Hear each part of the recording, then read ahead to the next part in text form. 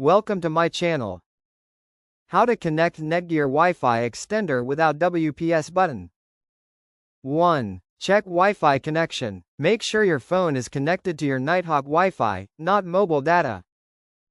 2. Verify login details. Ensure your Netgear account email and password are correct. 3. Reset password. Tap Forgot Password, and reset your login if you can't remember it. 4. Retry login. After resetting, try logging into the app again.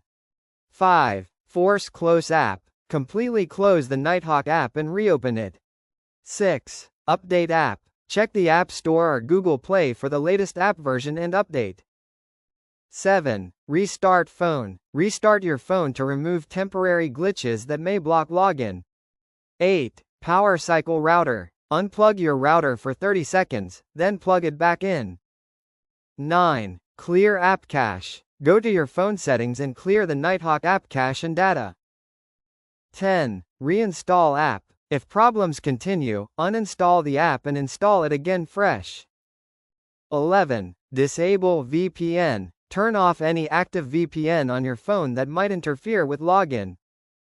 12. Try another device. Attempt logging in on a different phone or tablet, or check Netgear's service status page. Thanks for watching.